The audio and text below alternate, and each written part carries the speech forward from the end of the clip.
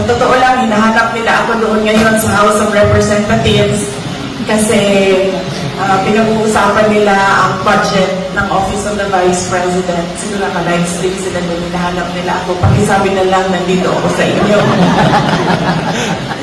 Sabi ko sa kanila, binibigay ko na yan sa inyo kung anong gusto niyong gawin sa budget ng Office of the Vice President. Bahala na kayo.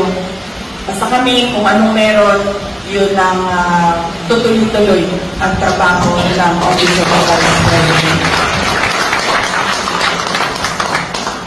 Kung ano pong matulong namin sa opisina namin, sa Legazpi, Albay, ang coverage po nila ay buong Bicol Region.